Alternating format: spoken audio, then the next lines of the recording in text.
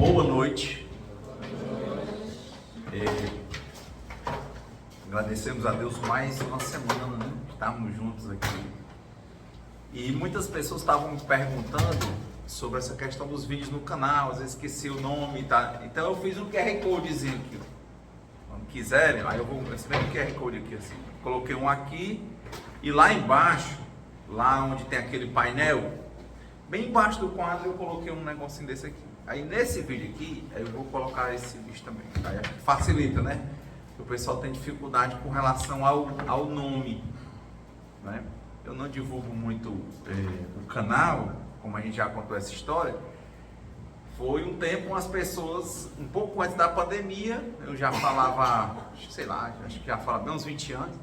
Aí o pessoal disse, olha, Renata, tá na hora de você gravar. Aí a gente começou a gravar sem imagem. Aí o pessoal disse, olha, não, Renato, eu não gosto de ouvir sem ver a pessoa, não sei o que. Aí fizemos com imagem. Aí a gente coloca uma capinha, né? E depois a gente fala.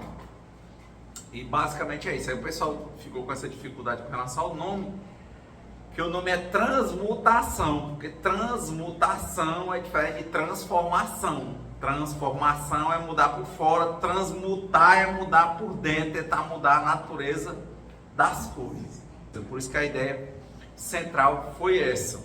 Realmente também o nome não é muito chamativo, né? É difícil. Não é um nome bom de marketing. Bom, hoje foi o Evangelho segundo o Espiritismo, capítulo 11. Amar o próximo como a si mesmo. Aí o subtítulo é a fé e a caridade, tá? E aí ele vem, é o comentário dos Espíritos.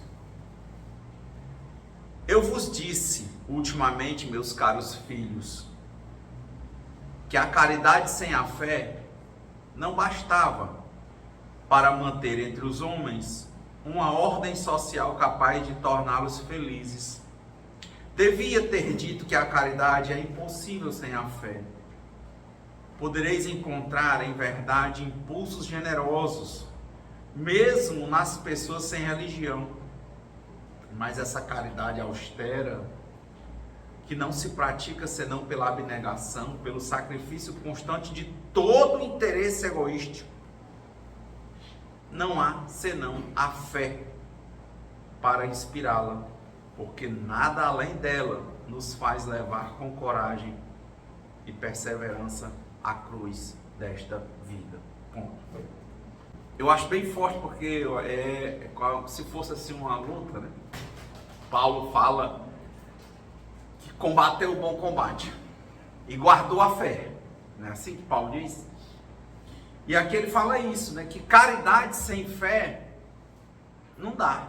E lá no finalzinho ele diz que só isso, né? Que ele diz, olha, não há senão, ele fala aqui, ó, pelo sacrifício constante de todo interesse egoístico, não há senão a fé para inspirá-la, porque nada além dela nos faz levar com coragem e perseverança a cruz desta vida. Então, eu tenho falado algumas vezes, e algumas pessoas às vezes me perguntam, né?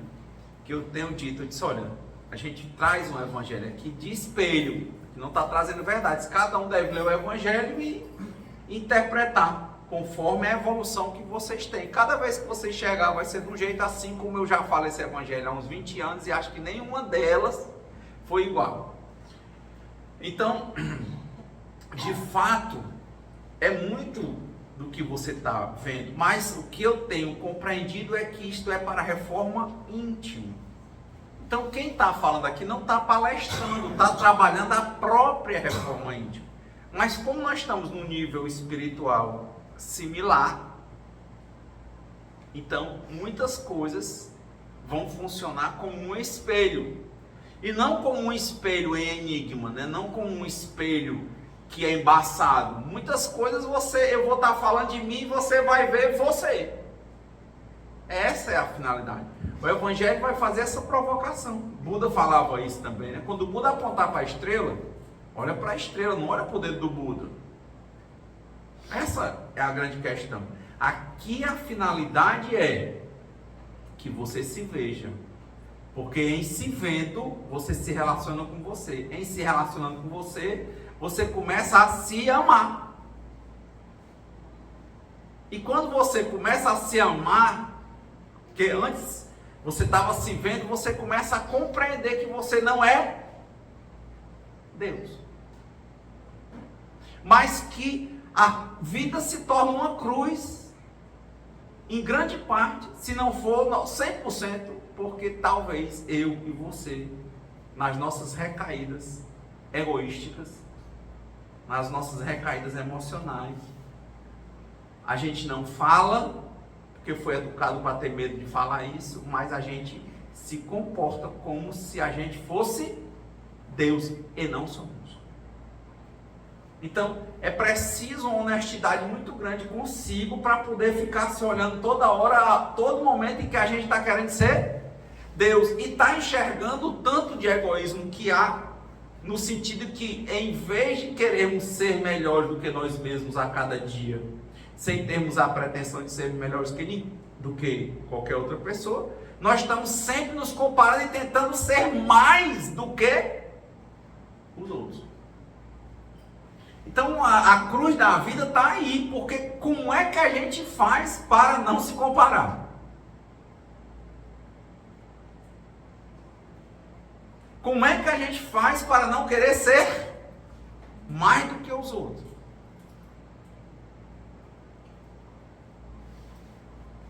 Tá vendo? E por a gente se comparar tanto e querer ser tanto mais do que os outros, a gente alimenta o egoísmo.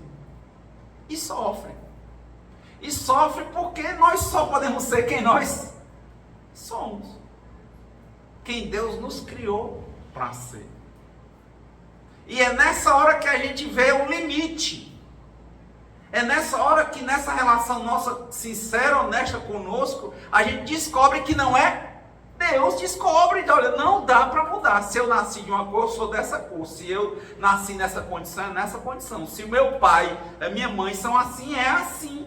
Como dizia Bert Hellinger, é assim porque tinha que ser assim e acabou. Porque não é bagunçado, não é caótico, mas existe algo que mantém as estrelas no céu sem caírem sobre nós, como regra.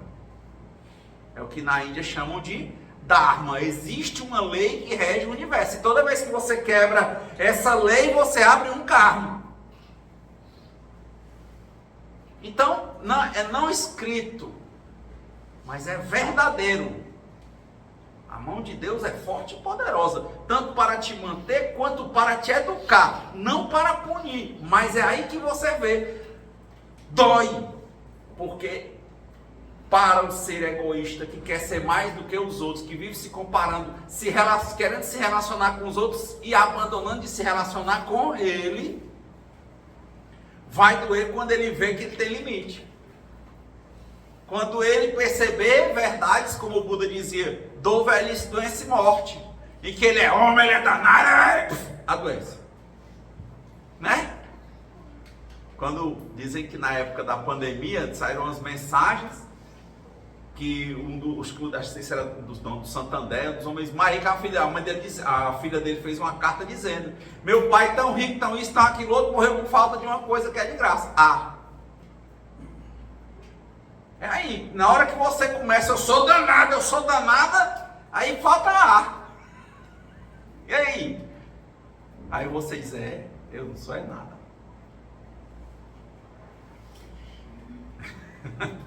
Tá vendo, né? Percebe o que é a fé raciocinada? É isso. Eu não consigo me desligar. Eu me lembro quando me convidaram para ir para uma igreja evangélica, eu gosto, acho legal o tipo de relacionamento de casais, várias coisas, principalmente essa linha batista, acho legal porque ele procura seguir a palavra, né? Batista é assim, ele não fala em línguas e tal, é palavra. E eu, como eu tinha lido a Bíblia completa, tinha visto Paulo dizer, até mesmo quem fala línguas, só que Paulo dizia, se quer falar em línguas, que também no Shalom fala, né? Não pode falar se não interpretar. Não pode ficar blá blá blá blá. Paulo fala logo isso. Se falar, fale 2, 3, desde que tenha um do lado para dizer o que você está dizendo. E se quiser falar assim, fale lá dentro do seu quarto. No meio dos outros, não fala não. Paulo é muito claro. Mas é interessante a gente ir ver. Então, eu escutando o Severino Celestino, ele dizia que tinha um trauma muito grande, era muito complicado. Ele, que era quase padre, né? E se sentia bem no centro espírita, tinha aquele conflito, né? Pois eu vou no centro espírita, vou na igreja evangélica toda semana, vou na igreja católica, menos hoje, e vou o pessoal me chamar. Não, eu não tenho muito esse conflito não, mas a questão raciocinada, eu não consigo achar nenhuma forma de engrenar a minha limitação humana que não seja essa lógica espírita. Dá essa liberdade de pensar. Porque o meu pensamento, não sei o de vocês, mas o meu só chega até aí. Quando eu olho e digo que eu começo a me enxergar, que eu sofro porque eu estou querendo ser quem eu não sou. Quem é? Deus. E que toda raiva e tristeza que eu tenho só pode ser uma contra Deus, porque eu não estou aceitando que Ele está fazendo as coisas como Ele quer e não como eu quero. Está vendo por que o Evangelho está dizendo, está falando sobre fé? Caridade sem fé não vale nada, e a fé é isso. Só que aqui é uma fé raciocinada, tá vendo? Eu estou raciocinando com vocês, eu não consigo, na hora que eu bato no limite, eu digo, o nome desse limite é Deus, me lembrando que eu não sou Ele.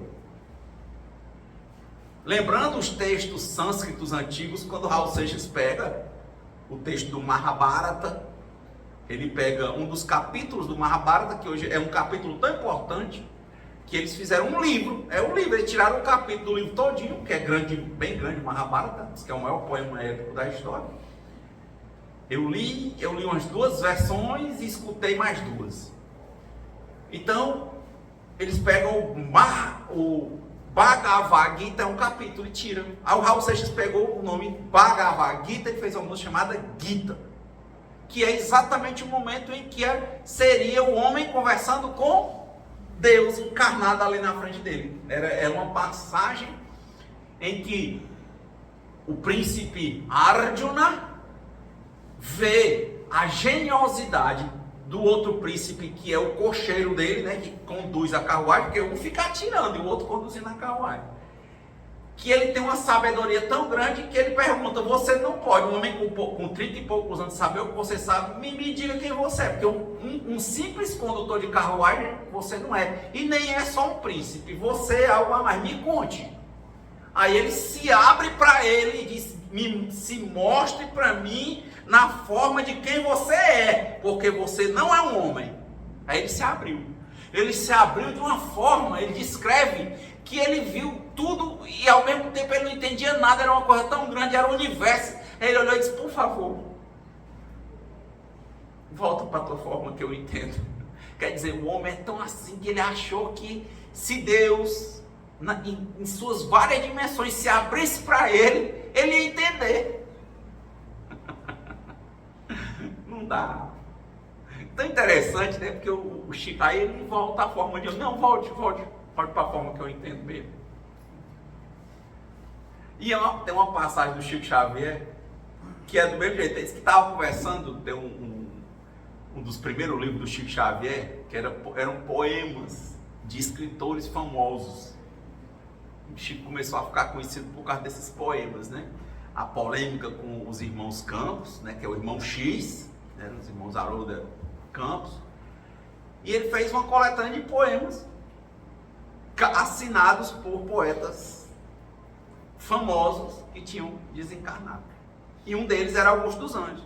Uma linguagem muito científica, muito técnica. E ele, Augusto dos Anjos e Emmanuel, ele perguntou a ele como era a origem do universo, das coisas tudinho. Ó, o Chico Xavier, um rapaz, lá em Pedro Leopoldo, que até uma cidade bem pequenininha, o nível de cultura não era tão alto, e ele queria saber toda a origem e formação do universo. Aí disse, rapaz, eu acho que você não vai ter capacidade de entender não. Disse, não, pois me diga aí antes da gente tomar o café. Falei, peraí. Aí ele começou a contar, quando ele começou a contar, o Chico disse, não, vai parar. Bora tomar o café mesmo. Ele disse, é um negócio tão profundo para você, que é como se a laranja contasse, a semente contasse para a laranja como é o começo, e a laranja travasse, que nunca mais nascesse um pé de laranja. Você não sabe, porque você não tem capacidade de saber o detalhe, mas não é escondido não. Eu posso te dizer, mas você não vai compreender. Então você faz isso aí que a Juna fez. Se mostre para mim, Deus, como o Senhor é. Se mostre. Ele se mostrou, ele não entende. Ele não conseguia nem saber, nem olhar, nem entender. Aí ele disse, por favor, perdão. Como quem diz, né? Ele se achando um príncipe que era tão sabido que ele ia entender tudo de Deus, olha. Não volta para a forma humana, é uma forma que eu entendo. Tem isso. Quanto mais eu estudo, mais eu vejo que de fato eu sei muito pouco. E vejo que vivo pela infinita misericórdia de Deus. Porque eu sei muito pouco de praticamente tudo e ainda consigo viver e estar aqui conversando com vocês. Com quem parece que sabe de alguma coisa. É Deus. É muito limitado. E é muito fantástico quando a gente quer colocar conhecimento na prática. Por exemplo, perguntar aqui. Alguém aqui tem ou já teve alguma empresa? Montou algum empreendimento de alguma forma? É ou não é um quebra-cabeça imenso? Sabe, é um quebra-cabeça de 1 milhão de peças que você fica tentando ajustar toda a vida e vai montando, aí uma peça sai, outra se perde, outra adoece, outro mercado, né, o mercado é não sei o que, é aquilo. É um cliente que era bom e fica ruim, que tinha dinheiro e que ele perdeu, o outro que assim. É aquilo, todo dia você está assim, reinventando. Mas eu coloco a coisa da empresa, a nossa vida. Realmente, quando o Paulo disse, quando eu era menino, eu falava como menino, pensava como menino. Poxa, o que eu era quando eu era menino é totalmente diferente do que eu penso hoje em praticamente tudo. E eu era grosseiro de uma maneira com as pessoas, de modo que eu me importava como se eu já soubesse de tudo. Se eu tivesse a firmeza de conhecimento que eu achava que eu tinha quando eu estava com 17 anos de idade. Eu era uma máquina de achar que eu sabia de tudo. E hoje, que eu acho que eu já vivi bem um pouco a mais, já li um bocado, já falei um bocado, já andei. Hoje eu vejo que eu sei muito,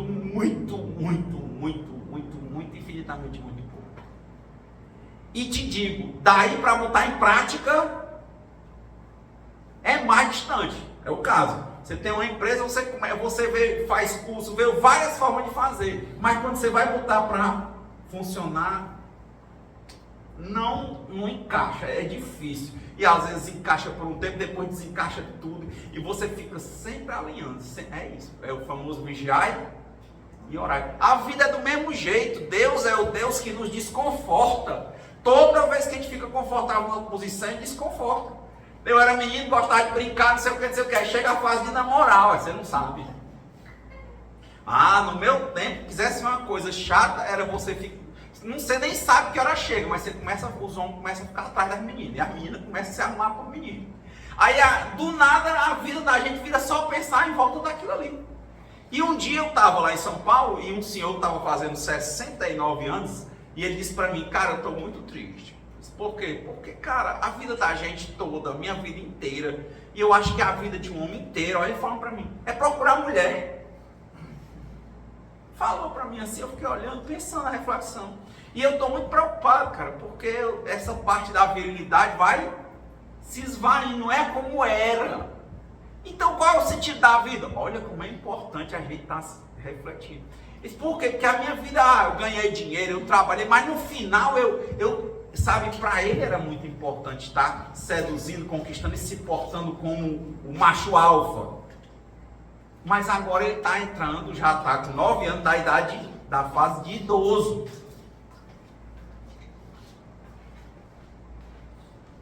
Eu vi uma mulher muito ativa e tal, e ela tem 50 anos. Ela dizendo, reza todo dia para ela morrer com 60. Ela disse, oh meu Deus, que eu morra com 60. Porque, entende, ela também só compreende o mundo dela, aquele que ela trabalhava, depois se arrumava, fim de semana, TBT, tomar uma, namorar, ficar, pagode, e um ou outro ligando para ela, um outro namoradinho, mas aquilo muda, tá vendo? É na hora que a gente bate de novo nos limites da vida. E o que você pode fazer? Não, mas entenda, assim, o que você pode mudar disso? Não pode.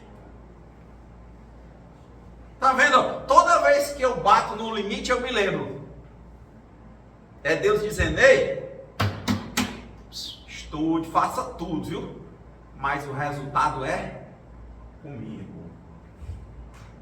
O resultado não é teu, não. Lute, se esforce, né? Plante. Mas você só pode se vingar. E só vinga se eu quiser. Não é assim, não? O cara plantou no Rio Grande do Sul. Se chover demais, não dá. Se esfriar no tempo, não dá. E assim vai. Então, o resultado é com Deus. Agora, quando eu vou compreendendo isso, é o final aqui do trecho, ó. Nos faz levar com coragem e perseverança a cruz desta vida. Qual é a cruz da vida? Na minha leitura. Na minha compreensão, hoje, a cruz da vida é uma só. É não aceitar a vontade de Deus na minha vida. É só essa cruz. Não tem outra. Ei, por que você quebrou? Eu lutei, eu pelejei. Ali eu quebrei porque eu errei nisso. Aqui eu quebrei, mas teve vezes que eu quebrei sem eu fazer nada. Como teve gente que abriu na pandemia e teve a pandemia e quebrou. Ou não teve? Fazer o quê? Quando chega esses momentos, de novo, é Deus dizendo, olha, eu sou Deus. Mas será que essa pessoa que quebrou, ela fica alegre? Aí é a questão, né? Mas se ela entender que existe um Deus que cria na Índia, ele divide em três. Como aqui, né? O Pai, o Filho e o Espírito Santo, é assim? Lá é assim. Brahma cria. É um Deus trino que é uno. Mas com uma forma de entender, Brahma cria. Por isso que Brahma tem vários rostos, mas a gente cria tudo diferente. Krishna mantém e Shiva destrói, transforma. Então nós temos um Deus que cria, mantém e transforma. É tríplice aspecto de um ser humano. Quando eu lembro que eu compreendo na verdade isso, a vida não é tão dolorosa. Mas o problema, de novo, é que eu quero dizer que a raiva é da pandemia, era a raiva do governador que não abria. Mas, na verdade, na minha compreensão, hoje eu estou com raiva de Deus. Aí você vai entender essa partezinha do Gita, do Raul Seixas, diz assim, quando Deus, lá no verso, ele diz assim, você sabe, quem não conhece essa música, Gita? Ninguém? Levanta a mão. Não conhece? Não conhece? Quem não conhece, você não vai entender. Porque você me pergunta, perguntas não vão te mostrar que eu sou feito da terra, do fogo, da água e do ar. Não é isso? Você pensa em mim toda hora, me come, me cospe, me deixa. Talvez você não entenda, mas hoje eu vou lhe mostrar. Eu sou a luz das estrelas, eu sou a cor do luar. A letra A tem meu nome, dos sonhos eu sou o amor. Aí tem uma hora que ele diz assim, mas saiba que eu estou em você, mas você não está em mim. Sabe o que é que essa parte para mim diz? É que quando eu falo para vocês que toda vez que eu estou com raiva ou que eu fico triste, às vezes que eu tenho observado é porque a vida não está acontecendo como eu quero. E é a hora que é para eu lembrar que eu não sou, que melhor do que lembrar é compreender que eu não sou Deus. A vida está acontecendo como Deus quer. Aí é a hora de provar que falar não é fazer. É a hora que eu lembro que eu digo, seja feita a vossa vontade, assim na terra como no céu, mas na hora que vem a vontade dele eu não quero. E ele está me lembrando, ei, você falou, todo dia você assinou esse contrato. E quem resulta isso? Assinou mais, 1000 Ave Maria, 1000 Pai Nosso. Pô, você passou 1000 vezes dizendo que seja feita a vossa vontade, assim na terra como no céu. E na hora que acontece do meu jeito, você me esculhamba? Não esculhambei o senhor, não. Esculhambei foi a mulher que me deixou. Esculhambei foi o candidato que passou na minha frente. Esculhambei foi a pandemia. A música naquela época era assim. Vai na frente, pisa na cabeça da serpente. Era a música mais famosa, né? Mas meu amigo, essa serpente será que não é Deus? Se a vida está aqui para te ensinar. Quem manda, cria, mantém e transforma é Deus. Você está triste ou com raiva porque as coisas não acontecem do seu jeito. Qual é a serpente que você está pisando? Só pode ser pisando na cabeça de Deus. Mas você não vai dizer que vai pisar na cabeça de Deus, porque você tem medo. Você foi educado para temer a Deus. Mas na verdade, a serpente não é o inimigo, não. E quando eu tenho refletido isso, para mim eu acho muito mais claro, mais sincero. Mas você diz assim, mas poxa, então é a Deus. Mas lembra como é o trecho que ele diz? Saiba que eu estou em você, mas você não está em mim. Porque quando eu olho melhor, de novo, tá vendo? No começo a pessoa ia dizer que a raiva era da pandemia, não é isso? Se ela for sincera, ela vai ver que é uma coisa que não era inafastável. Quando é inafastável, que não está no meu poder, eu fiz tudo que eu podia e não foi, era algo para eu ter serenidade para aceitar. Ou seja, é uma coisa da vontade de Deus. E a vontade de Deus eu tenho que aceitar. E pronto. Entrego, confio, aceito e agradeço. Entrego minha vida e minhas vontades nas mãos de Deus. Que seja feita a vossa vontade, assim na terra como no céu. Então pronto. Faça como o Senhor quiser. Se é para eu parar, Senhor, eu paro e acabou. Quem manda é o Senhor. Eu sou seu servo, sou seu criado, sou seu escravo, sou o que o Senhor quiser. Chico Xavier perguntaram a ele, diz assim, meu filho, eu vivo como um cachorro amarrado. Eu doía aquilo ali em mim, doía. Por quê? Porque na minha cabeça eu quero ser Deus, eu quero ser amarrado, mas nós temos que entender. Somos como um cachorro amarrado. Quem manda é Deus. E pronto. Quando a gente entende isso, a vida se torna lógica, compreensível. A gente aceita, porque compreende os dissabores. Mas quando quer dizer que é qualquer outra coisa, sabe, para ficar ciscando? Agora, quando eu paro e penso que eu estou dizendo, está vendo que para eu tirar de pandemia e encontrar Deus, e que a minha revolta, ou o meu medo, ou minha tristeza não era contra a pandemia, mas porque estava acontecendo algo que era da vontade de Deus, não da minha, então eu estava com raiva de Deus. Quando eu olho na verdade, quando eu olho mais, aí eu vejo também que não é de Deus que eu estou com raiva. Tá vendo? Quando a gente começa a ver, diz, Renato, então de quem é? De mim. O neurótico, quando você lê sobre neuróticos anônimos, até passei o material, né? O pessoal que não recebeu, quem quiser as apostilas sobre anônimos, buscadores de autoestima, tudo, é só pedir a Carla lá embaixo. Ela passa no WhatsApp de vocês. Alguns aqui já leram, tem vários. E lá em Neuróticos Anônimos, Gruver, ele fala que o centro da doença emocional é o sentimento de culpa. Culpa não serve para nada, só para lhe adoecer. Espírita não pensa em culpa. O Divaldo Franco falava muito isso. Espírita assume a responsabilidade. Ou seja, é algo que você vai agir. Nos 12 passos você tem a reparação, você tem a reconstrução, entendeu? Você tem a sua restauração. Você age, mas culpa não te ajuda.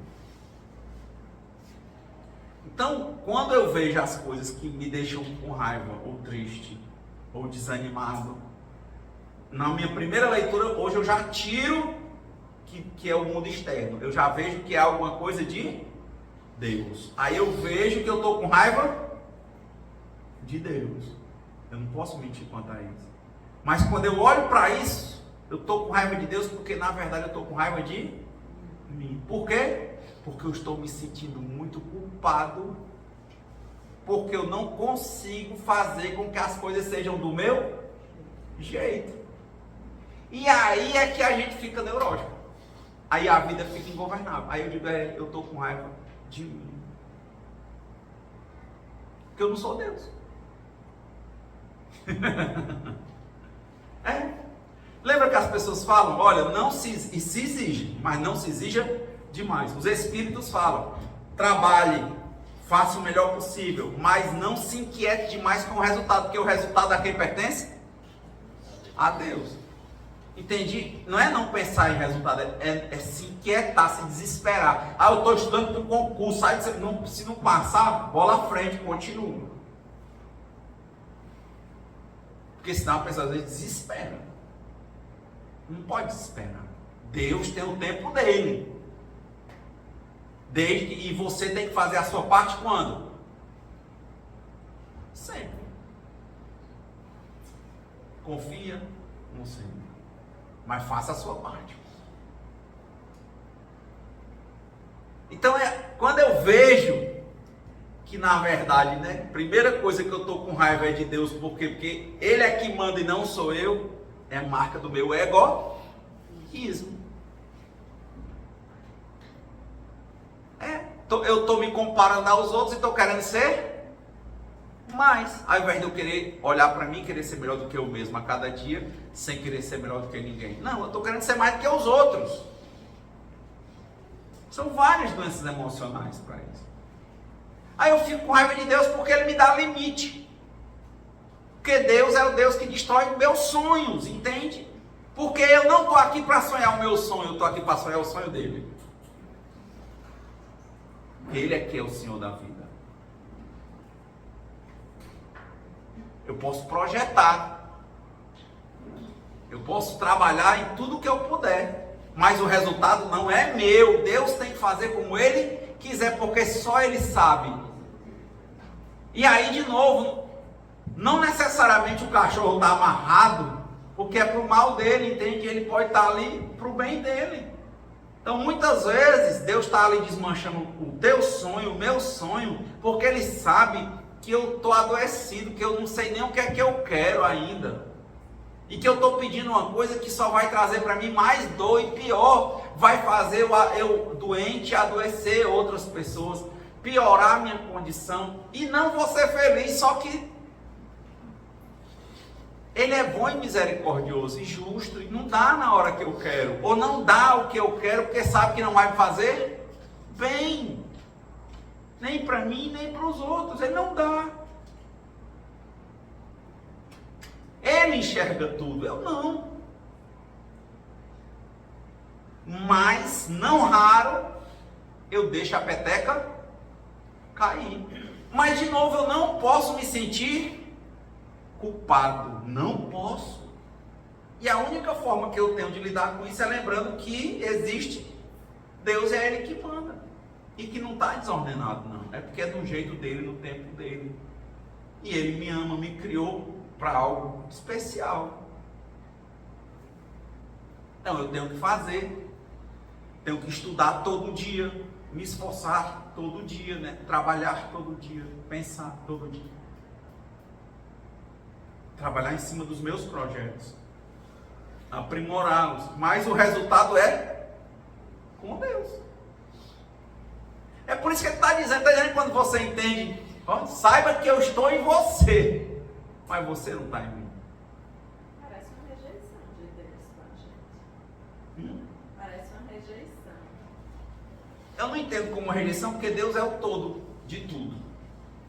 Eu gosto muito dos indianos, porque eles descrevem as coisas melhor, né? Por exemplo, um dia chegou um soldado e botou o pé, tinha uma estátua num templo de um deus.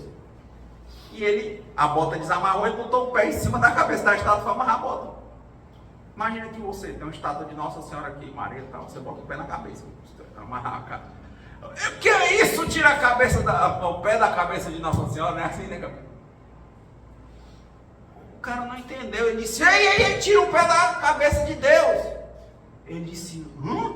Ele não tirou o pé, ele ficou paralisado. Ele disse, tira! Isso que foi? Você está com o pé em cima de Deus. Aí ele parou, ele disse, tira, rapaz, por que você está parado? Você não está ouvindo, não? Ele disse, e eu vou botar meu pé aonde? Se Deus está em todo lugar. Essa é a questão. Você é todo lugar? Eu não sou. Não tem nada de rejeição. Quando ele diz, eu estou em você e você não está em mim, não é mais relacionado à questão da fé. Não compreenda que somos parte. Ó. Se você for lá do mar, eu trouxe água lá do mar da Galileia. Eu trouxe o mar da Galileia? Não. Você, Deus está dentro de você. Você é parte, Deus é tudo. Mas você não é tudo. Não é o que eu estou dizendo? Por isso que ele diz, das telhas eu sou o telhado. Você pega numa telha, toma uma pegando o telhado todinho, um gigante, pega. Entendeu? A pesca do pescador, você pega um peixe, a pesca, Deus é tudo. Ao mesmo tempo, quando o Divaldo Franco foi conhecer Satya Sai Baba, ele disse que riu porque o Sai Baba falou com ele, e ele perguntou, Sai Baba perguntou a ele se ele estava vendo Deus nele. E ele riu, Divaldo, porque eu acho que na cabeça do Divaldo ele entendeu que Satya Sai Baba estava dizendo que ele era Deus. Mas na cultura hindu, ele quer dizer que todo mundo sabe que Deus, nós, o fluido cósmico universal que nos mantém, que nos movimenta, é a luz de Deus. Deus está em você, mas você não é Deus. Cristiane Peixoto, Arão Ferreira, Lírio Furtado, Lícia e Evandro. Quando eu assisti Star Wars, coisa mais legal, né? Quando, acho que é bem no 4, quando o jovem, quem já assistiu Star Wars? Estou falando de filme novo, né? Quando o jovem Luke Skywalker foi encontrar o mestre Yoda nos seus 800 anos de idade, o Yoda foi ensinar ele a usar a força. E ele estava ensinando ele a levantar pedras. E o menino estava levantando pedra. Quando ele disse, a nave dele caiu dentro do pântano. E ele disse, levanta a tua nave. Aí ele disse, você me exige demais. Levantar pedras é uma coisa, levantar uma nave é muito diferente. Aí saiu. Aí o Yoda só fez bem pequenininho, bem frágilzinho, bem pertinho de morrer. Fechou os olhos, levantou a nave, voltou. Aí ele voltou, como? Aí ele disse, você me julga por esta vil matéria? Quer dizer, o Luke, meu tamanho. O Yoda, tamanho do banco. O Luke bem novinho. O Yoda bem velho, andando se arrastando. Parecia um sábio. Ele disse, você me julga por essa vil matéria? Pela minha aparência? Pela minha idade? Luminosos seres nós somos, jovem Luke. Nós somos alimentados por uma força, é uma energia que passa por mim, por você, pela pedra, pela nave. Não é assim que ele diz? Então tanto faz. É por isso que Deus é o Deus do impossível. Ele faz você levantar nave, ele faz reconstituir laço, ele entra onde você achava que era impossível. Quando você achava que você está lascado, aparece uma luz de onde você não sabe. Então ele não está te dando limite só para te mostrar que as coisas não dão certo quando você quer, não. Ele também está te mostrando coisas que você não conseguiria sozinho. Está te abrindo portas. Quando a pista não acaba, como a história do Don Quixote, aquelas histórias de música, né? Quando não tiver mais estrada para você caminhar, Deus faz você voar. Então, do mesmo jeito que Ele te mostra limite, Ele te dá saídas que você sozinho não consegue. Não conseguiria. E quando sai, não consegue explicar nunca na sua vida. Você não consegue, olha, não tem nenhum jeito. Se não fosse uma coisa que eu não sei o que é, que eu entendo como Deus, não tinha acontecido desse jeito. Eu não conseguia. Não sei nem quantas vezes, coisas muito difíceis, eu disse, Senhor, eu não consigo mais, eu já tentei tudo. Mas não é comum eu chegar. Sabe por quê? Porque o egoísmo às vezes está muito alto, eu estou recaído emocionalmente. Eu demoro muito a entregar minha vida e minhas vontades nas mãos de Deus. Por quê? Por orgulho, por egoísmo mesmo. Porque eu quero que a preponderância seja de quem? Minha. Eu quero dizer que fui eu. Lá nos Estados Unidos eles chamam isso de self-made man. Eu sou um homem que me fez por mim mesmo. Entendeu? Não foi Deus, fui eu. É o egoísmo. E Deus vai só fazendo isso. Ora, desmancha um sonho. Ora, abre, faz você voar quando a estrada se acaba. Só para lhe mostrar. Sem você entender que Ele é Deus. E que Ele está dentro de você. Mas você não é Ele. Então, raiva, tristeza, impaciência, pressa, tem a ver com a gente querer ser Deus. Na minha compreensão, você pode pensar diferente. Só que me ajuda muito a encurtar o caminho. Hoje, foi um dia que eu passei o dia, eu vejo logo, eu fico meio sem coragem, sabe? Começa a acontecer coisas que eu não queria. Aí junta uma coisa, junta outra, é um exame do menino, é um negócio que não deu certo, aí começa uma coisa, outra coisa. Aí você começa a sentir sem força. Como eu já sei o que é, eu já faço o seguinte, o que eu fiz? Vou parar. Eu parei, vou meditar. Parei. Sentei e a primeira coisa que eu disse, Senhor, eu estou cansado. Era a primeira coisa que se apresentava para mim, entendeu? Eu estou cansado, Senhor. E continuei lá. Aí depois eu disse, Senhor, sabe de uma coisa? Eu não estou cansado não. Sabe o que está acontecendo? Eu estou recaído emocionalmente. É o meu egoísmo. Eu estou com raiva do Senhor, porque estão acontecendo essas coisas que eu não queria. Aí fiquei lá, aí um pedaço eu disse, e também eu não estou com raiva do Senhor não também. Eu estou com raiva de mim. Eu estou me sentindo, a minha tristeza, a minha falta de energia, essa procrastinaçãozinha aqui, essa é culpa. Eu estou me sentindo culpado. Por quê? Porque eu não estou conseguindo entender o que está acontecendo. Por que as coisas não estão dando certo como eu queria? E não é que eu estou me cobrando demais. É porque, Senhor, eu tenho uma disputa com o Senhor. Eu quero ser o self-made man.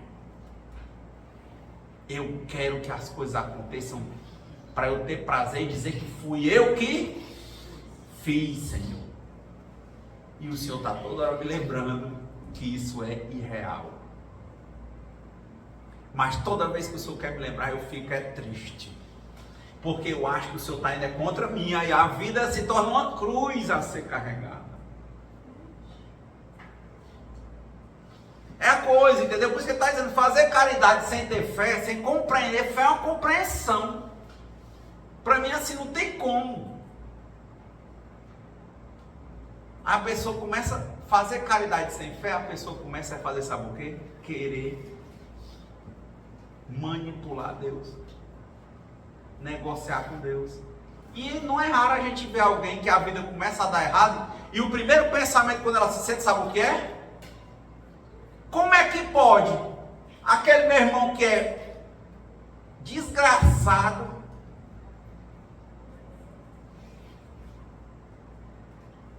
a vida dele tudo dando certo, o bicho rico, não sei o quê, e eu, trabalhador, pelejando, faço caridade, rezo, medito e as coisas não dão certo.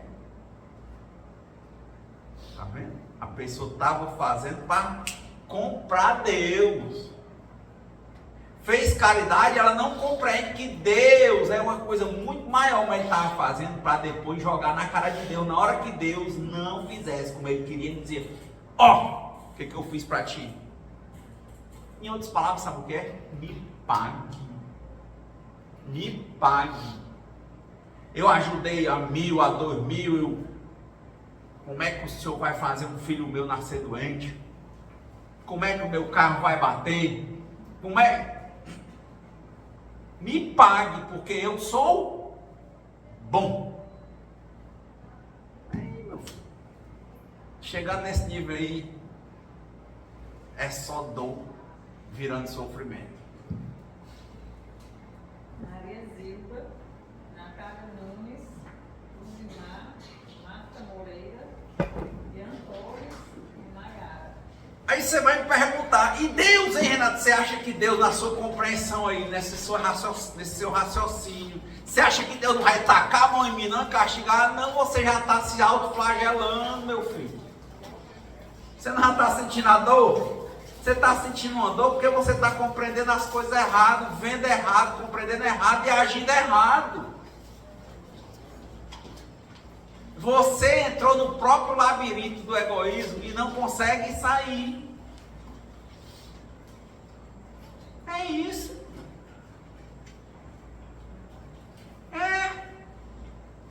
E eu te digo, você pensa que eu pensei isso e quando terminou a meditação eu estava novo da bodega, zerado, novo bala, como é que chama? Novo tinido pegando na chave, não tava era nada, mano. Mas já é um avanço. Do que antes eu passava era 3 meses sem dormir. Aí eu digo, não. Como eu leio 2 horas, entendi que eu leio ontem, eu li 5. Aí hoje eu só consegui ler 1h30. Eu tenho um banco de horas, não, vou quebrar por ali, mas hoje eu vou me tratar com menos. Então foi o seguinte, eu vou escutar umas palestras que eu tenho para ouvir. Tenho que fazer exercício. Li o do dia, 1h30. Quando deu 4 horas, peguei meus fones de ouvido, tinha uma palestra de 3 horas, um podcast que eu tinha que ouvir muito importante. Não estava bem. Mas eu não desisti de mim, desde a hora que eu acordei, que eu estou trabalhando com isso, entendeu?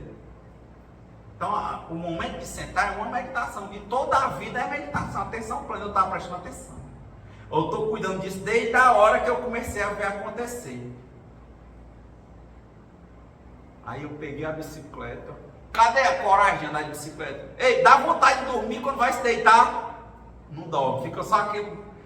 Não tem vontade de assistir, né? Assim, né? Não tem tudo sem volta. Tudo assim, tá? Tudo fede.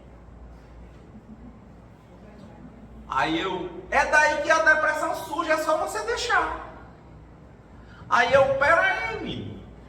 Aí botei uma palestra, ixi, essa aqui não, porque meu celular já tem uns 30, eu sempre tenho, eu já tenho minhas ferramentas, eu tenho meu lápis de pintar, eu tenho tudo isso. Não, uma hora eu pensei, eu vi 3, eu tava tão assim que eu botei 4 para encaixar numa. Isso não. Aí quando encaixou em uma, eu peguei a bicicleta, aí eu pensei, bem devagarinho, lá na minha mão. Não, eu vou só um pedacinho. Aí comecei, peguei ali aquela Jataí, né? Peguei pro lado da praia, vou mais. Aí fui ouvindo e devagar, não vou me forçar nada, eu vou devagar, porque ao mesmo tempo que eu estava escutando o podcast, é engraçado, eu consigo fazer isso, eu consigo estar escutando e estar aqui me espelhando. Do jeito que vocês estão falando que eu estou espelhando aqui, eu fico pensando em mim, entendeu? A pessoa diz uma coisa, eu fico pensando em mim. Eu consigo, geralmente, tá, tudo que a pessoa está falando é como se eu estivesse absorvendo aquilo ali para a minha vida. Porque eu entendo que o sentido da vida é aprender. Aí ó, pá, fui até a ponta da beira-mar lá, até o mercado dos peixes, 12 quilômetros, voltei, 24. E escutei 3 horas, eu levei um percurso, que era para levar 1 hora, eu levei 3 horas, mas eu fui e voltei. Cheguei, tomei banho, tirei a barba e tive ânimo de vir para cá. E eu tenho quase certeza de que essa fase 95% talvez já tenha passado. Mas porque, de novo, vigiai e orar.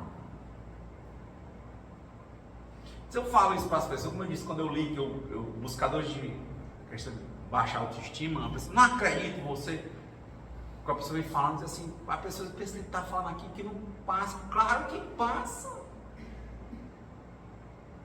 Essa é a questão. Não adianta eu vir aqui falar de Jesus lá na frente, num patamar que você não alcança, que eu não ando, entendeu? Eu tenho que ir no que eu posso. Como diz, comendo um pirão quente pelas beiradas, devagarinho, quando ele fez de como. Eu não fui, quando eu fui, eu que pensei que estava cansado, que não aguentava, que não tinha ânimo, não rodei 24 quilômetros. E me vendo, me tratando, e ainda escutei 3 horas de coisa, sem pressa, sem pausa, não vou. Doeu um pouquinho, eu vim ali, e só subi no alto, porque quando chega ali vindo pela,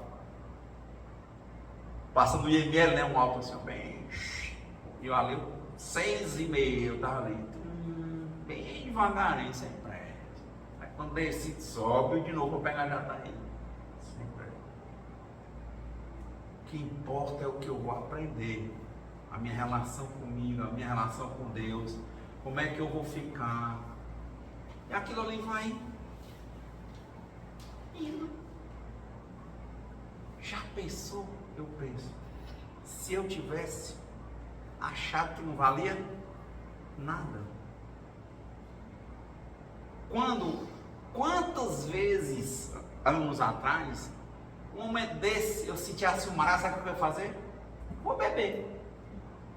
Ia beber, ia sair, ia me relacionar com pessoas, procurar alguém, ia para um filme, ia não sei o quê, porque tudo isso era uma fuga. Eu fui aqui vendo e batendo meu papo com Deus. Me vendo Deus, me vendo. Tá vendo como é legal? Não tem como eu olhar para mim e não enxergar Deus, sabendo que eu não sou Deus. Por que, Renato? Porque, de novo, é Ele que diz onde eu não vou, e é Ele que, às vezes, onde eu acho que eu não posso mais ir, Ele, onde acaba a estrada, Ele me faz voar. Então, não tem como eu olhar para mim e não ver Deus. Sempre assim. Na hora que eu vejo o limite, que não é como eu quero, eu penso, o que é que Deus está querendo me ensinar? E quando eu juro racionalmente que não vai dar certo, e aí dá, é Deus também. O certo ou errado é Deus. Ele te ensina de uma forma ou de outra. Eu não acredito nem nisso. Eu acredito que só o que existe é isso, é a gente aprender. Nós somos crianças para Deus. Quando a gente se porta de mente aberta para Deus e está com uma vontade sincera de aprender, de ser melhor do que a gente mesmo, de aprender o que é a vida, o que é Deus, quem somos nós na vida, tudo muda. Tudo muda.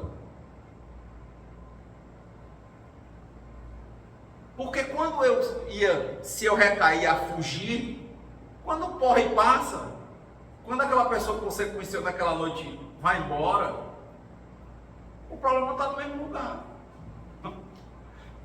Ou não?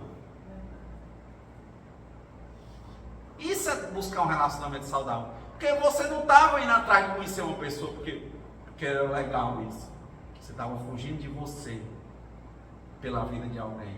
De novo, você não estava se amando, consequentemente não era capaz de e nem de receber amor. Nem dá, nem recebe. Por isso que às vezes você encontrava alguém numa noite dessa, e depois às vezes a pessoa até legal ligava para você e você depois já tinha passado aquela fase, você não disse, foi só uma vez, e não queria atender. Quem já passou por isso? Aquele dia era a coisa mais importante, depois não valia nada. Tá vendo? Ó? Você se machuca e machuca os outros. O evangelho que eu falei domingo, eu falei muito sobre Daza, né? Dependente de amor e sexo anônimo. É muito isso. Não é que você não vai fazer sexo. É que você vai buscar uma coisa, você estando bem, você vai encontrar uma coisa, sintonia legal, show, uma coisa boa, entende? Não é uma coisa suja, que era de fuga, que era um momento ruim seu, você queria descarregar uma pessoa. Você vai criar um problema para você e para a pessoa. E quantas vezes a pessoa depois, porque também vai sentir um sentimento de culpa, não queria aquela pessoa e também não sabe dizer não. Porque tem medo de na hora de estar só, precisar e quer manter a lista, né? O 2, 3, 4, 5, 6, 7, 8, era a música do Gabriel Pensador. É o egoísmo. Aí você tem uma lista com um monte de gente para na hora da precisão, você não ia beber? Porque a gente tem aqui, liga para um, liga para dois, liga para três. Se não for paga. Mas porque não olhou para si e viu a natureza real do problema. A natureza real do problema, todo problema para mim hoje só tem um nome. É esse, sou eu, recaído emocionalmente do meu egoísmo, que quero que tudo seja como eu quero e que seja só porque eu sou eu, porque eu tenho uma vontade lá no fundo de ser Deus. E é lógico que isso é um círculo que gera um ciclo de sofrimento. E dor, e dor, e dor, e dor. Começou errado, vai errado até o final. Lá em Daza, eles falam isso, ele não vai dizer que você não se relacione, entende? Ele diz assim, mas pessoas geralmente que vivem nessas fugas, ela cai do relacionamento e entra no outro. Chama pegar o bonde. Ele deu uns 6 meses sem ficar com ninguém. Para você se ver direitinho, para você ter uma coisa legal. Você quer uma coisa legal, mas você está adoecido, aí você acha que quer só uma noite. O que você quer, na verdade, é fugir de você mesmo. E de novo, toda vez que eu olho para mim, eu estou olhando, acabo vendo quem? Deus, porque não tem como. Eu começo a compreender que as coisas não são do meu jeito, nem no meu tempo. Então é impressionante. Toda vez que eu olho para mim, eu acabo vendo Deus. Então, de fato, saiba, Senhor, eu sei, o Senhor está em mim. É por isso, eu olho para mim e te vejo. Toda vez que eu olho para mim, eu vejo Deus. Mas não quero com isso compreender que eu sou Deus. Apesar de quando eu estou recaído emocionalmente, de novo, com baixa autoestima, ao invés de me amar, eu fico querendo ser amado pelos outros, me sentir amado pelos outros. É por isso que um dia a gente falou aqui, quem ama, ama, não precisa de reciprocidade. E pronto. A mãe ama o filho, ele faz o que ele quiser, ele é o filho. Não é não? Fica com raiva e tudo, mas tem aquele negócio, né? O pai pode ser ruim de jeito que for, sempre fica aquele negócio, aquela vontade de você ter um pai, ter um contato com o pai, são coisas de Deus também, tá? É como se estivesse na nossa programação. É mais forte do que nós. Ou não? Pode dizer o que for. Aquilo existe. Então, para a gente encerrar dado o tempo, né? A gente está falando aqui, ó. Por isso que ele fala, amar o próximo, porque eu olhei o capítulo, como a si mesmo. De novo, se você não se ama, nem tem condição de amar e nem de receber amor. É por isso que a pessoa diz, amor pode ter sexo ou não, mas sexo em si não é amor. Pode fazer parte. A vida a gente pode comer churrasco ou não. A vida não é churrasco. Né? Então, por isso, né, a fé e a caridade dentro desse sentido é isso. Porque se você não se vê, não se relaciona com você, você não vê Deus. Aí começa a fazer caridade para olhar o que os outros estão dizendo. Aí você está fazendo por egoísmo. Porque você quer mostrar para os outros que você é bom. Por isso que ele está dizendo, caridade sem fé é você querer fazer Deus de besta. Para não acontecer coisa ruim com você, para na hora que Deus fizer, você passar na cara. Não é assim que a gente faz? E faz. Só para encerrar, eu lembro de mais um jovem. Eu era mais jovem, eu era criança, né? Mas ele era mais jovem do que eu, ele tinha 30 e poucos anos. Ele tinha um casado, tinha duas filhas. E ele teve um mal súbito, né? No coração e morreu. Ele era evangélico, os irmãos dele gostavam muito de beber, de farra, e ele era um quieto de casa. E a mãe dele era evangélica e tudo, assim, bem forte, aquela família bem bonitinha e tudo, e ele morreu. Gente, como ele era tido assim, por ela parece, né, como um filho querido, né? O que se comportava bem, tudo, e ele morreu assim. Eu lembro o velório, teve aquele negócio à noite na casa. E eu era criança e não esqueço dela chorando em cima do caixão. Ela dizia assim, por que, Senhor? Levou ele. Nós fizemos tudo. A gente ia para a igreja. Ele é bom. Eu fiquei lembrando disso. Que é o que ele está falando agora. Vai para a igreja, faz que é bom, faz caridade. Aí na hora que Deus faz uma coisa que você não quer, o que você diz? O Senhor está vendo? Eu te paguei e o Senhor está me devendo. Paguei antecipado, é como quem paga um plano de saúde. Vou para a igreja, eu faço caridade, eu vou para o centro, nada que eu não quero vai acontecer comigo. Que conversa é essa? Dor, velhice, doença e morte vai acontecer com todo mundo. E Deus nunca iludiu a gente quanto a isso. Apesar de eu saber que tem um monte de gente evangélica. É uma coisa que eu fico calado, né? Mas quando eu escuto o discurso é muito forte. Muitos acreditam que o Armagedon sempre é assim, né? Toda a vida. Está muito perto e que Jesus vem e que eles não vão morrer, vão ser arrebatados. Então pronto, eu me arrependi e aí Jesus, quando chegar lá, todo mundo estiver pegando fogo, os dele ele arrebata, leva, vai com carne e osso. Que assim, nessa questão eu acho melhor, eu não quero ir nesse corpo não, entendeu? Eu prefiro ir espírito mesmo, que Deus renova. Não é novo. Não é assim não, mas eu quero lá ir desse jeito. Eu sei que o que Deus criou é muito mais bonito. Por isso que a gente falou, né? Eu continuo me chamando Renato, mas como há uma pluralidade de uma só vida, né? Não, né? Alguns não variam, mas algumas pluralidade de existências, né? Em uma única vida, pode ser assim dizendo, das reencarnações.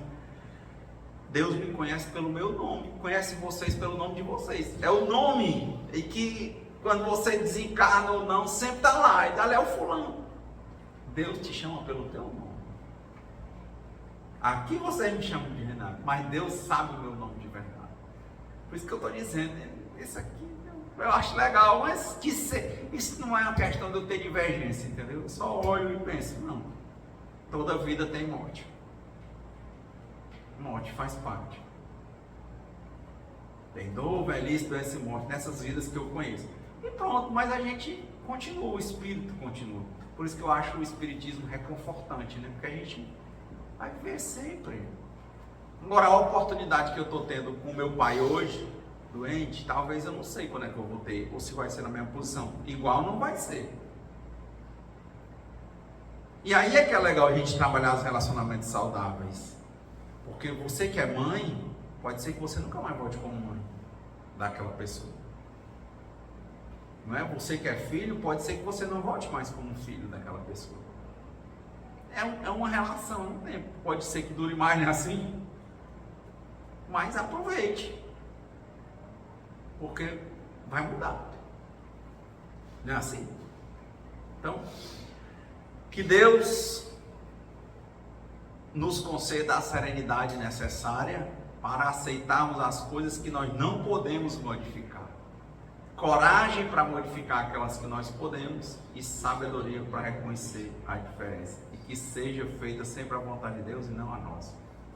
Deus me conceda a serenidade necessária para aceitar as coisas que eu não posso modificar. Coragem, Senhor, para mudar aquelas que eu posso. E sabedoria para reconhecer a diferença. E que seja feita sempre a vossa vontade e não a minha. Muita paz e boa semana. Nada é igual.